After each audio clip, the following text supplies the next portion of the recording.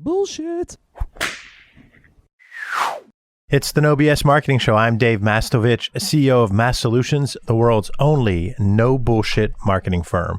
I'm here with Maria Marhevka, a content specialist here at Massolutions, and today's podcast is all about Beyonce and Reebok. Yes, it sounds random, but there's more to this story that we're going to delve into during this episode, so I'm going to pass it over to Maria to give you the backstory. All right. So this story starts off with Nick DiPaula. He's a sneaker blogger. And while he was on ESPN's The Jump, he mentioned that he heard a great story. Sneaker blogger. Yes, that's a title. That's a title? Yeah. Wow, I wonder what it pays. I don't know. It sounds legit. So he writes about sneakers. Yes. Okay. My sons might read him. They're big sneaker guys. So, right. Okay. So he was on The Jump, and he had intimated that he had heard a story. Okay. And the story was basically that it all came down to a meeting between Beyonce and Reebok. To sign Beyonce to a deal. Okay. Yes. So supposedly after reviewing the products and the ideas, Beyonce kind of asked if the people in the room from Reebok were going to be the people that were going to be working on this project with her. Uh-huh. And someone had agreed, and they said, yes, this is your team. Well, after she heard that, she kind of took a step back and said that, and these are all quotes, "Nobody in this room reflects my background, my skin color, and where I'm from, and what I want to do." And then she then left the room, and then they didn't come to terms. So, sounds like a very big story that someone would love to push out there first. Absolutely. And that's exactly what happened. So Rachel Nichols, who is the host of The Jump, within 15 minutes takes to her Twitter. She chops up the clip of that whole interview, that little piece that I just explained, put a little bit of text with it, sent it out to her million followers, and then the firestorm ensued. And there was no fact checking, and this was all just hearsay. So this story became, a malicious rumor that turned into clickbait for ESPN, turned into a monstrous mess for Reebok. Now, Dave, knowing you, this sounds like it's some BS. So I just wanted to get your thoughts on that. It's one of the things that we're going to talk about that is today's environment. And the thing I would say is sometimes people will say it's generational, and I would say it's not generational totally. I would say that whether you're 60 or 16, the environment today is to get it first. Not prior to the internet, because the first 5 to 10 years of the internet, it was still figuring it out. We were still figuring out the internet and how to use it and everything. So from mid-90s to mid-2005, say. But from that point on, the last 15 years, it's no longer what it used to be. And with the media, it used to be get it first, get it right, get it first.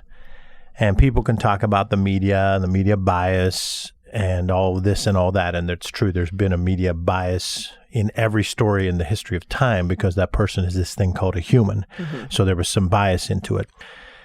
In the past, you still had to get it first and get it right, or get it right and get it first, and you had to fact check, and you had to have at least 2 sources and so forth.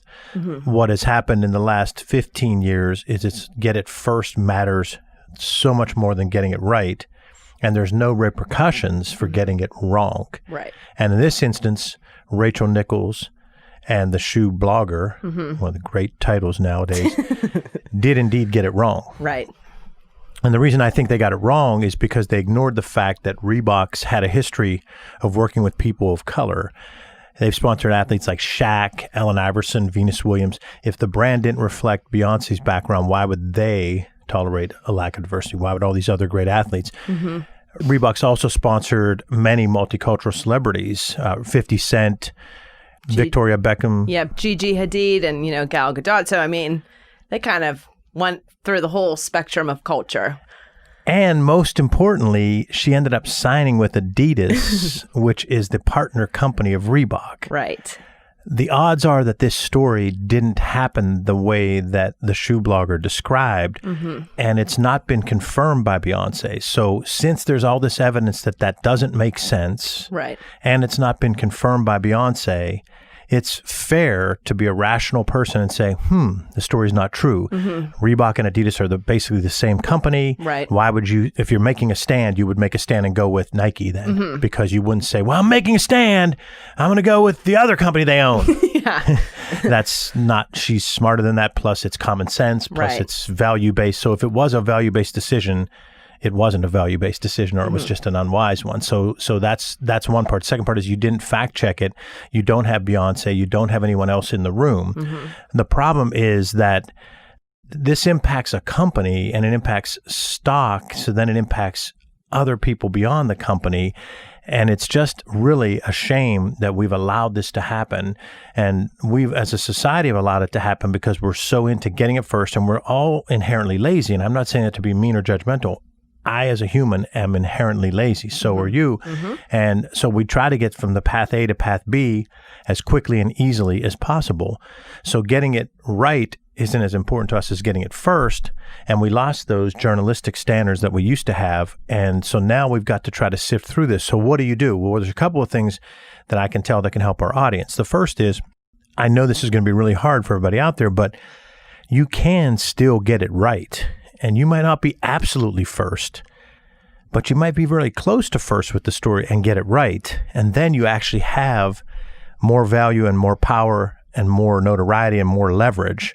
Because if you were 10 minutes later or one day later with the correct story, like imagine if the next day Rachel Nichols would have came out and said, I've had the chance to reach out to Beyonce's agent. I've reached out to other people. My sources found me 3 people that were in the room. This did not happen. Right.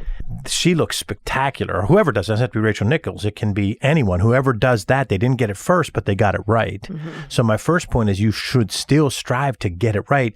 Just on a basic human value standpoint, you should try to get it right. But then also, selfishly, it'll help you if you're the one that got it right. And then another thing to consider as well is if, just in this instance, she kind of just went within 15 minutes and she put it out there.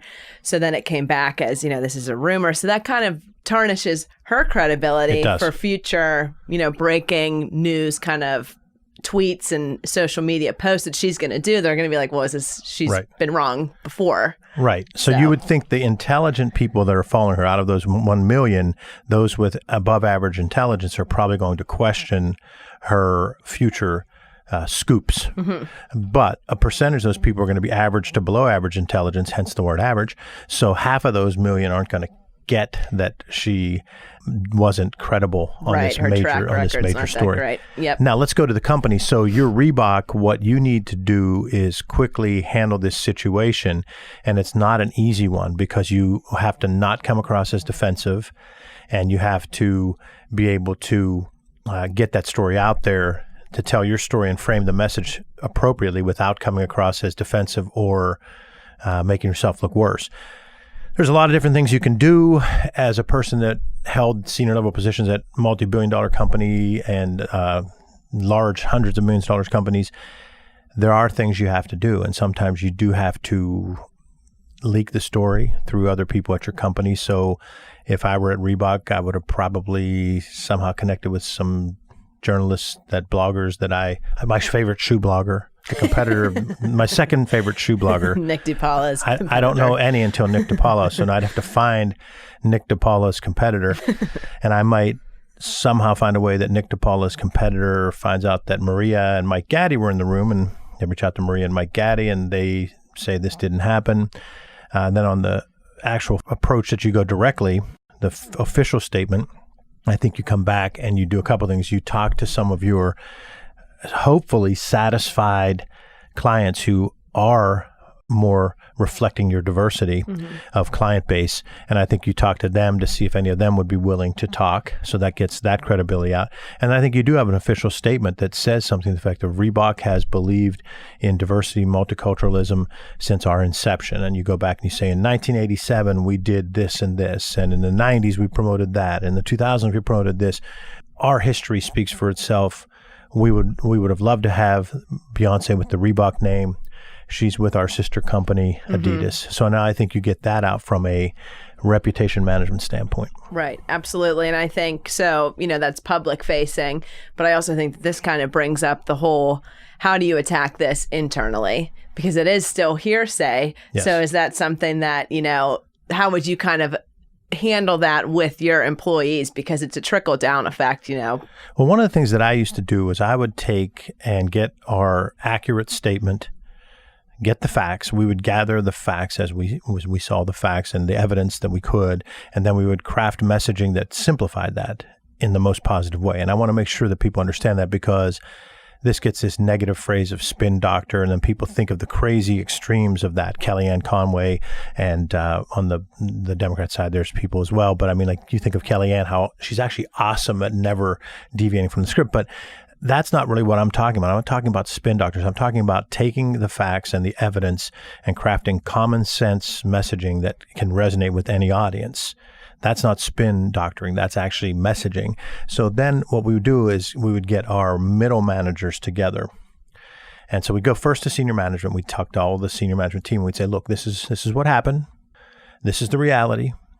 Here's 3 or 4 things I want you to remember. Boom, boom, boom, boom. Then we take that to the middle management and we say, this is what we want you to be talking about in your staff meetings. The reason I always advocate that is because then it's a human element to it and it's conversational. Mm-hmm. So if you're at a staff meeting, someone can probe and ask questions and walk away with a little bit more. And secondly, no matter how great you craft a written statement, people can parse it and take it out and they can overanalyze it. That's not to say I wouldn't still have probably maybe all employee email or something to that effect, or even have some town hall meetings when it was a really big crisis. But for the most part, I felt if we got the facts, the evidence that supports the facts, crafted the messaging to tell that story in the simplest, most memorable, easy to understand way, go to senior management first, then go to middle management and stress that they talk about in all their staff meetings. And then if you needed more, it could be in town hall meeting with the CEO. It depends on what the crisis was. We had a couple of those where we needed to have a town hall meeting with the CEO. And you could then go to an all-employee email. But the fact of the matter is B2E marketing, and I call it B2E marketing because business to employees marketing, it's not about just communications. It's got to be marketing, because marketing entails understanding each target audience and crafting the message differently for each target audience and using multiple tactics, channels, and mediums to get it out there. That's why it's B2E marketing. It's not internal communications. That's a piece of it, but B2E marketing is having a formal plan and system to convey the messages to the targets internally. Each employee segment is different. So you do B2E marketing the way I described is what I think Reebok could have and probably did do. Right. So I think, this is just a good example of across the board communication, whether it's public facing or internally, is everything. Because without it, this rumor could have spiraled out of control. And it, very well probably did to an extent, but it could have gotten a lot worse if they didn't kind of nip it in the bud and figure out a way to kind of handle it. You had your potentially great signing turn into a nightmare for Reebok, but I guess all is good because Adidas signed her. Have you seen Beyonce in concert? I have not. You planning on doing it? I don't know. I don't know if I'm a Queen Bee super fan. I'd probably go see her. I have not seen her yet. I've seen Jay-Z like 3 or 4 times. So, but good stuff. So Maria Morhefka, content guru here at Mass Solutions and frequent contributor to the podcast, does a lot of the podcast ideation with me. We brainstorm on what the shows are going to be about, and enjoyed you stepping up to the mic. Thanks for having me. To learn more about crisis communications, reputation management, and B2E marketing, sign up for your weekly No BS marketing tips by going to massolutions.biz. The No BS Marketing Show is recorded from our studios here in bold, beautiful downtown Pittsburgh, Pennsylvania. Remember, ask yourself, what's the big idea, and build your story around the answer.